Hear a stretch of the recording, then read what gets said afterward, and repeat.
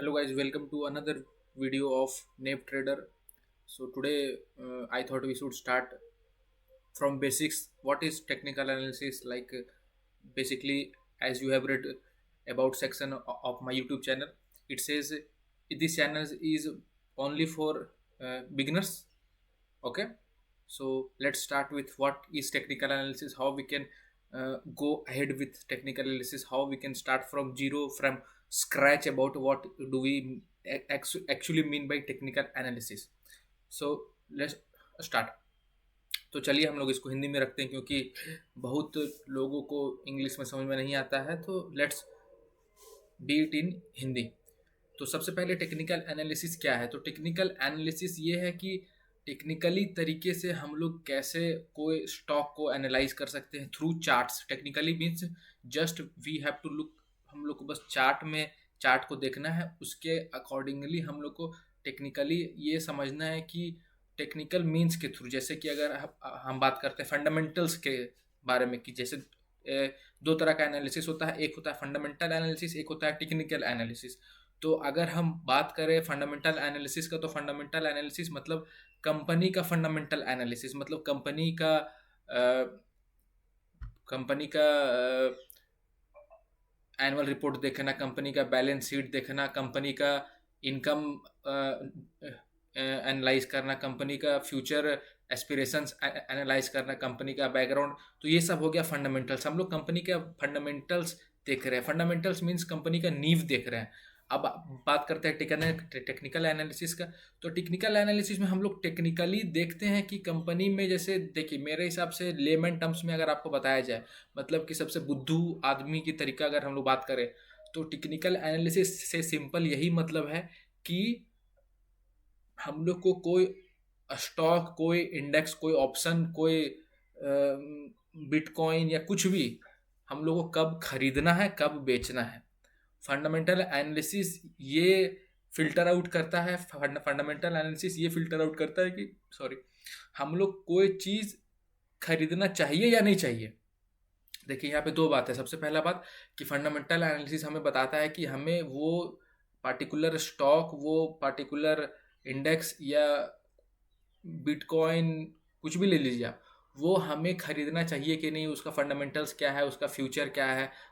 Fundamental analysis basically लोग करते हैं अपना लॉन्गर टर्म इन्वेस्टमेंट के लिए, स्विंग ट्रेडिंग के लिए बोल सकते हैं, क्योंकि लोग एक दो महीना का भी उसमें सोचते हैं. स्विंग ट्रेडिंग के लिए सब एक एक दो महीना भी सोचते हैं. तो फंडामेंटल एनालिसिस हम लोग इसलिए देखते हैं. और technical analysis is basically for short term. Long term में भी इसको यूज़ किया जाता है, but basically it is most preferred for short term. Technically अगर हम लॉन्ग टर्म का व्यू रख कर टेक्निकल एनालिसिस को ना भी देखें, तो हम सिर्फ फंडामेंटल एनालिसिस पे रिलाई करके हम कोई भी स्टॉक में एंट्री कर सकते हैं और अपने हिसाब से एग्जिट कर सकते हैं. तो सबसे पहले चलिए स्टार्ट करते हैं. What is technical analysis? Technical analysis, तो जैसा कि आपको बता दिए, technical analysis is reading of the charts. Charts को पढ़कर हमें क्या क्या समझ में आता है, क्या चार्ट्स में कब एंट्री लेना है, कब एग्जिट लेना है, कब हम लोग को पुल बैक मिल सकता है, क्या है लोअर हाइज लोअर लो, क्या है हायर हाई हायर लो. तो ये सब हमें चार्ट्स में देखकर हम लोग डिसाइड करते हैं कि इसका फ्यूचर क्या होगा. It is just you predict through charts, right. और फिर जब बात आता है फंडामेंटल एनालिसिस का, तो उसमें तो आपको डिफरेंशिएट हम कर दिए कि दोनों में डिफरेंशिएशन क्या है. अब बेसिकली हम लोग स्टार्ट करें कि टेक्निकल एनालिसिस में क्या क्या हम लोग देखते हैं, नहीं देखते हैं. तो सबसे पहले देखिए, there are many types of charts. जैसे कि आपको यहीं पे हम दिखा देते हैं कि चार्ट्स कितना तरीका का होता है. ये देखिए, ये बार चार्ट हो गया, ये बार चार्ट हो गया. ये देखिए, ये बार चार्ट है. यहाँ पे ये भी एक तरीके का, जैसे कैंडल स्टिक जैसा होता है, ये भी स्टिक जैसा ही होता है, लेकिन इसमें ओपनिंग और क्लोजिंग, ये जो आपको साइड में एक दिख रहा है, इसको जो भी बोलते होंगे मेरे को नहीं पता, क्योंकि हम ये चार्ट फॉलो नहीं करते कोई. हम मेरे हिसाब से तो इसको अगर 100 लोग टेक्निकल एनालिसिस फॉलो करते हैं, तो लाइन चार्ट, बार चार्ट, ये सब मेरे हिसाब से 99 लोग नहीं फॉलो करते. बस एक दो लोग, पता नहीं उन लोग का कुछ अंडरस्टैंडिंग होगा, उन लोग का कुछ ऑब्जर्वेशन होगा इस पार्टिकुलर चार्ट में, तब वो लोग ये देखते होंगे, वरना दिस इज़ यूजलेस. फिर हो गया कैंडल स्टिक, को आपको पता है. फिर एगो हाइकिन आशी करके कैंडल्स है. ये सब भी हमको आइडिया नहीं है, क्योंकि ये सब हम कभी सीखे नहीं, क्योंकि ये सब को ज़रूरत नहीं पड़ता है। फिर लाइन चार्ट होता है, ये सब तो आप लोग अपना क्लासेस वगैरह में पढ़े होंगे। Area chart, bar chart and all, Renko line break होगी, point and figure, range, area, HLC area, base line, step line, ये सब का आपको बताएं तो इस सब में कुछ आपको ज़रूरत नहीं पड़ेगा। ये सब सब फालतू है, कुछ यूज़ नहीं है, सबका कुछ यूज़ नहीं है, इस सब का कोई यूज़ नहीं है। सिर्फ हम लोग बेसिकली ये चार्ट यूज़ करते हैं। तो टेक्निकल एनालिसिस में आपको बता दिए कि हम लोग क्या यूज़ करते हैं।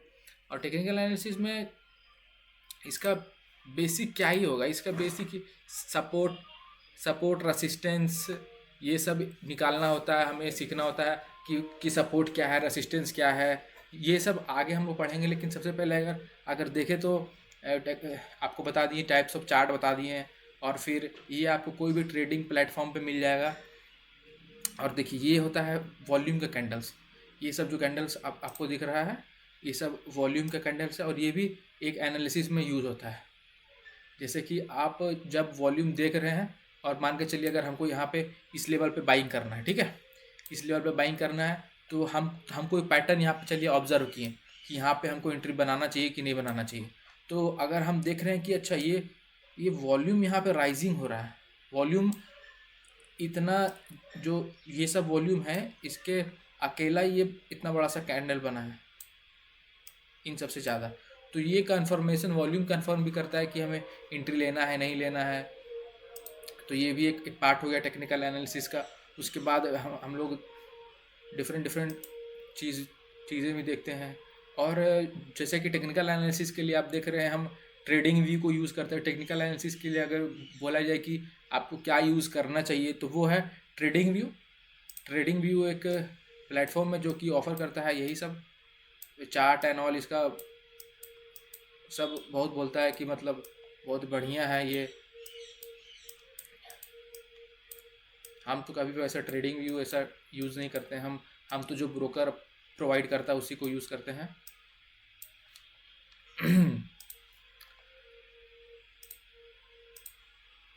और हमको तो बताना ही है कैंडल्स के बारे में, क्योंकि technical analysis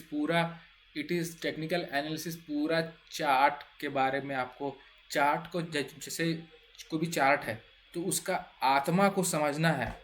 this is technical analysis. हमको उस आत्मा को समझना है कि क्या आखिर वो एक पार्टिकुलर कैंडल हमें क्या बता रहा है। ये जो कैंडल है, ये इतना बड़ा सा कैंडल जो है, ये हमको क्या बता रहा है, इसका यही मतलब है बस। ये कैंडल का क्या ये बताना चाह रहा है, यहाँ पे बायर स्ट्रांग है, सेलर स्ट्रांग है, ये कैंडल यहाँ पे क्यों बना है, इतना बड़ा प्राइस एरिया में यहाँ पे बना है। तो यही सब है टेक्निकल एनालिसिस। बाकी और इंडिकेटर्स, हाँ, फिर टेक्निकल एनालिसिस में आपको इंडिकेटर्स भी मिल जाता है। इंडिकेटर्स बहुत तरह का होता है, धीरे धीरे सब हमको बताएंगे। बट अगर आप मेरे से मतलब मेरा ओपिनियन अगर इंडिकेटर के ऊपर आप पूछेंगे तो मेरा है कि इंडिकेटर्स का कोई काम नहीं है, कोई काम नहीं है इंडिकेटर्स का। लेकिन फिर भी बहुत लोग हैं जो कि इंडिकेटर्स को यूज़ करते हैं। जैसे कि बहुत सारा आप कुछ फेमस आपको इंडिकेटर्स का नाम बनाते हैं, कुछ फेमस इंडिकेटर एक है RSI,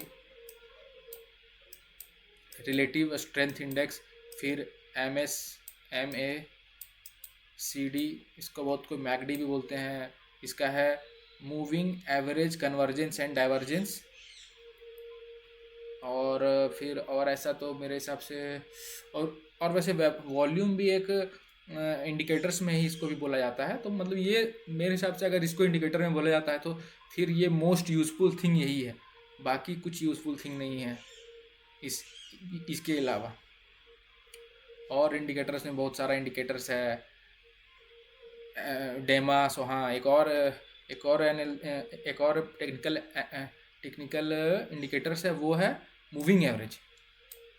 ये काफ़ी यूज़फुल है, ये इसको बहुत कोई यूज़ करते हैं अपना entry exit, actually entry exit के लिए नहीं तो बट अपना पोजीशन सिक्योर समझने के लिए, अपना पोजीशन को समझने के लिए कि हाँ चलो हम राइट पोजीशन में हैं।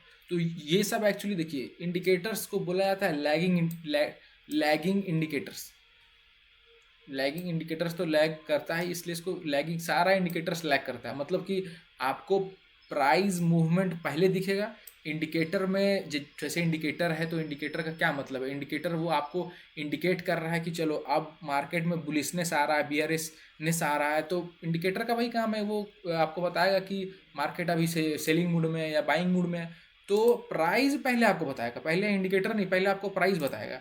तो इसीलिए यही सब लैग करता है। मतलब इंडिकेटर से आप लोग सोच सकते हैं कि ठीक है हम लोग यूज़ करके प्रॉफिट बना सकते हैं, लेकिन वो आपको लेट एंट्री लेट एग्जिट देगा, जिसके कारण आपको कंसिडरेबल लॉस आप एक्सपेक्ट कर सकते हैं। तो that's all for today. Basics तो यही है मेरे हिसाब से कैंडिकल एनालिसिस स्टिक का। इसमें बाकी फिर सपोर्ट, रेजिस्टेंस, ट्रेंड लाइन, ये सब तो अभी बहुत आगे का चीज़ है। तो धीरे धीरे हम स्टार्ट कर देंगे, सारा चीज़ एक एक चीज़ बताएंगे। Trend line, arrow, horizontal line, cross line, parallel channel क्या है, फिर ये फिबोनाची, ये मतलब तरीके से बहुत बढ़िया चीज़ है फिबोनाची रिट्रेसमेंट। इसको मतलब ऐसा, ये मैथमेटिकल इक्वेशन प्रूव्ड है, जैसे कि फिजिक्स में कुछ इक्वेशंस प्रूव्ड है, उसी तरीके से ये भी वही है कि अगर ये हुआ तो ये कंफर्म होना ही होना है। फिर आपको सपोर्ट रेजिस्टेंस से बनाना सिखाएंगे, ये एक्चुअली यूज़ करना भी, ये सॉफ्टवेयर को कैसे यूज़ करते हैं ये भी टेक्निकल एनालिसिस के अंदर आता है। पेपर ट्रेडिंग वगैरह सब कुछ बताया जाएगा। तो ऐसे ही टेक्निकल एनालिसिस के छोटा छोटा वीडियोज़ के लिए हमारे साथ बने रहें, सब्सक्राइब करें चैनल को, और हमारे सारे नए वीडियोज़ को देखने के लिए बेल आइकन को प्रेस करें। धन्यवाद।